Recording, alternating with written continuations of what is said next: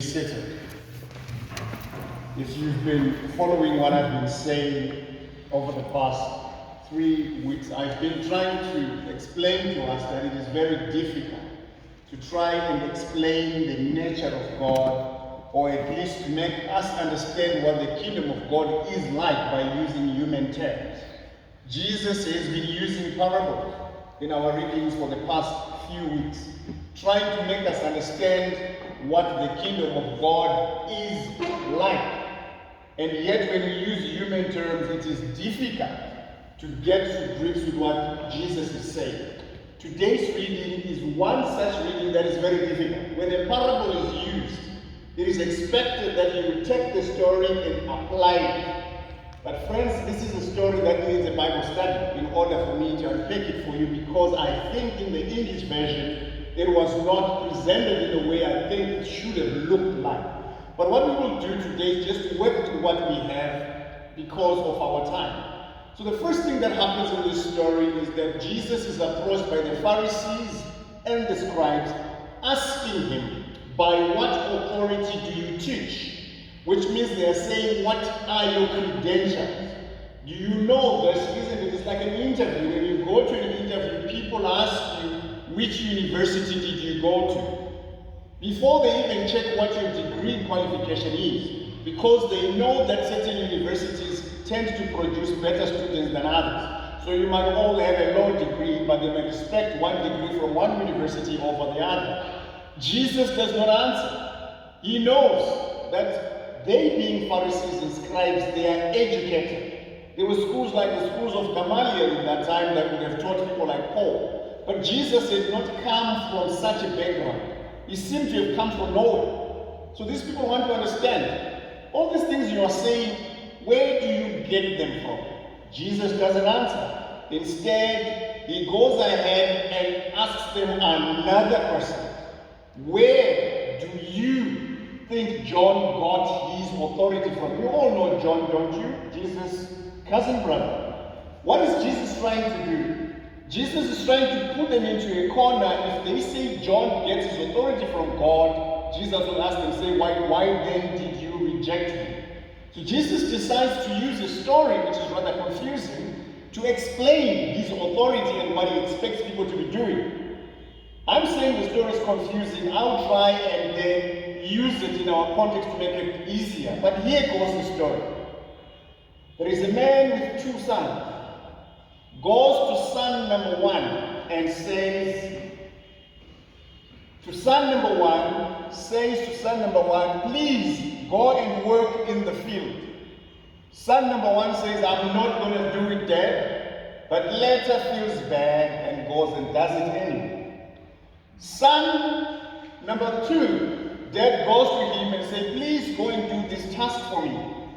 Son number 2 says, yes, Dad, I will do it. But later doesn't do anything. So Jesus says to the Pharisees, who did his father's will? Resoundingly, they say, son number 1, because though he said no to his dad, he went and did it anyway. And I want to suggest that both sons in the first instance were wrong. Son number 1 must have hurt the father's feelings by refusing to execute the task. Son number 2 simply lied. Lied that he would do what he was supposed to do and didn't do it. Now let's talk about that. I want us to concentrate on son number 2. However, it's not nice to just take the story the way it is, because Jesus seems to be suggesting that the Pharisees paid lip service. They promised to do things which they didn't do. They promised to serve God and they didn't do it. But we also have an example of being told that it's better not to promise but still do it. Let's talk about politics and religious leadership. Oftentimes the problem with our world is that people make promises they do not keep. I want you to work with me, because these are the problems we find even in families. So that we understand what Jesus is talking about when they refer to the second son who promised the father that I will go and do what you asked me to do, but decided not to do it anyway. I've been looking at all the toys and demonstrations that we have. The problem we have in South Africa and in the world at large is simply this. Someone promised people something and didn't deliver. When the people didn't get the things they were promised, they went on the streets. They were told you'd get houses. They were told you'd get jobs, you'd get electricity, you'd get all these things. And when those things didn't happen, what did they do? They went onto the streets because somebody lied to them. Let me bring it down to the household. I'm going to go back to political leaders. When children are born, innocently they trust that the parents around them will love them, protect, and defend them. Innocently they follow. Innocently we tell them that we love them. Then before you know it, those same people are abusing these children. They are taking advantage of them. You promised to care and you didn't. Your inability to keep your promise is what's causing hurt. So the problem of the world is not that people are clamoring to go to heaven. The reason the world is not blessed, the reason the world is not successful, the reason there's so much pain and division is simple. People promise to do things and then they go ahead and not do that at all. This is the problem. I was arguing in the morning that I think we might not have to ask God to bless us if we simply kept the promises we said we would keep. If you said, I am going to go out of my way to do this, and you go and you do it. The reason people are willing to have doom sprayed on them, the reason people are willing to drink all sorts of things from churches is because they have been promised. It is when that promise is broken that people go into war, literally speaking. It's based on the thing that says, but you said you would do it. How come you didn't do that particular thing? This is the problem of this world. This is what Jesus is addressing. That the hypocrites we have is saying to the Pharisees, you are all holy, you come to the synagogue, you say all the right things. But you are full of deception because you promise to execute these things and you don't. In our political dispensation, we have people promising on the Bible. If they are Muslim, they use the Quran. They are promising to the nation. People are getting ordained as religious leaders. They are promising that there are certain things they are going to do. Parents, grandparents, friends, there are certain things people promise that I'm going to do this for you. It is the inability to keep that promise that Jesus has an issue.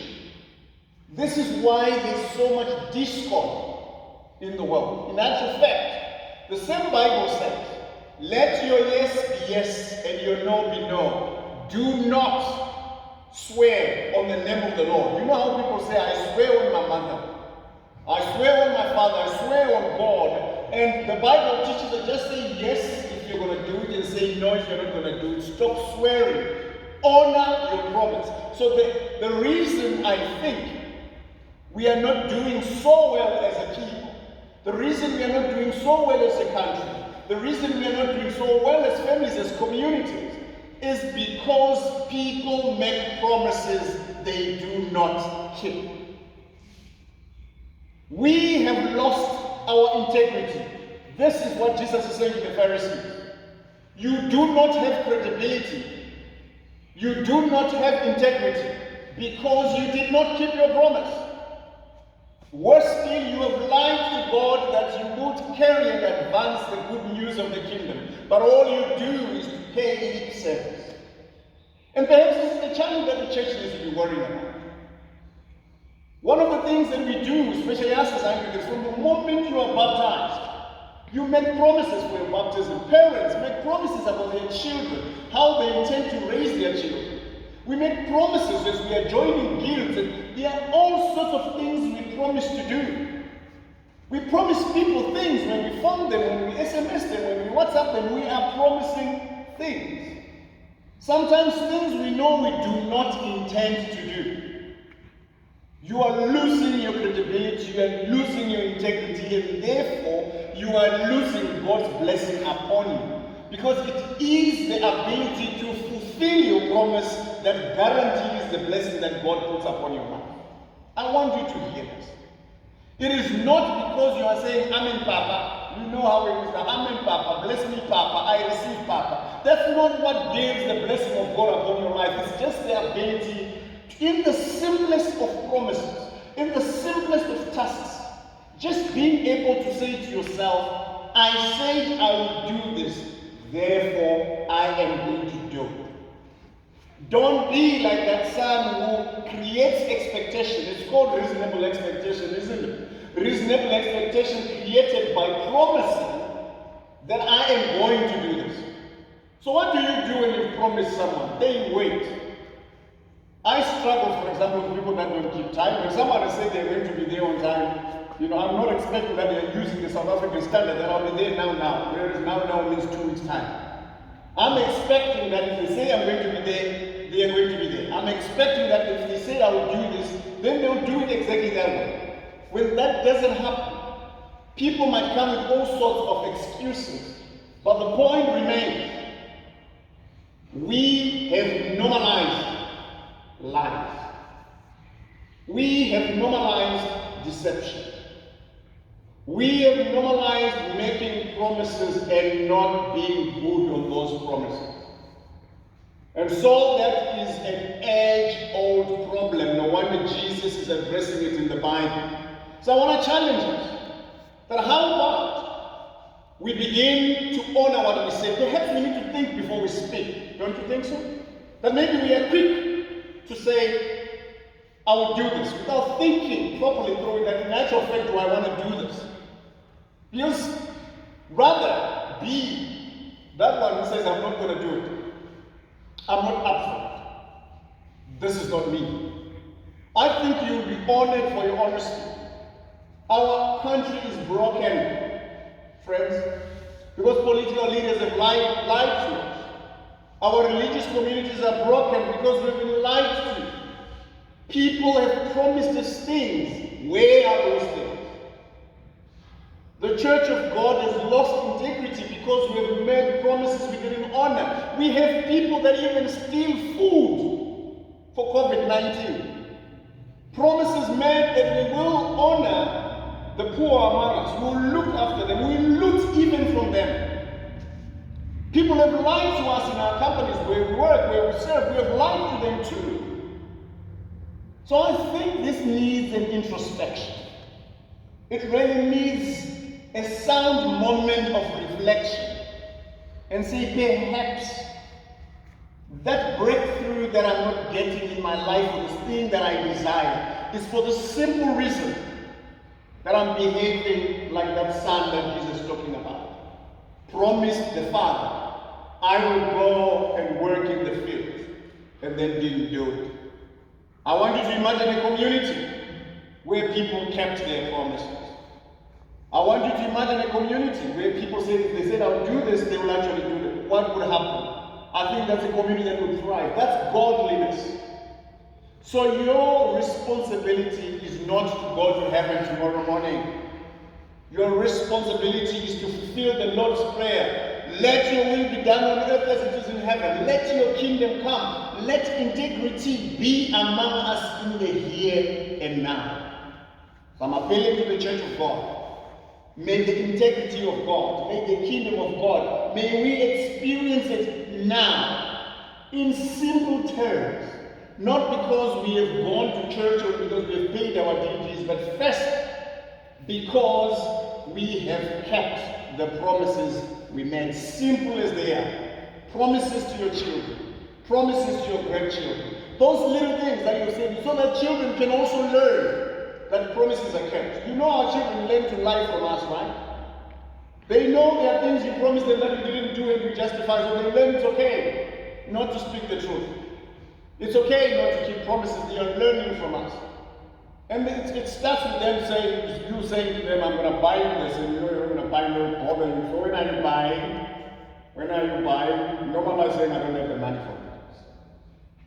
So that we don't normalize lying, that the best way to get rid of a child is to promise things you can't do. They'll also learn that tactic from you, and before you know it, They become president and they start lying. They become mayor and they start lying. They become a politician, a teacher, whatever, and start lying. Because lying has been normalized in the home. Promising to do things and not doing them has been normalized in the home. I implore you, I beg of you, normalize keeping the promise that you make to others, no matter how small they are. God bless you.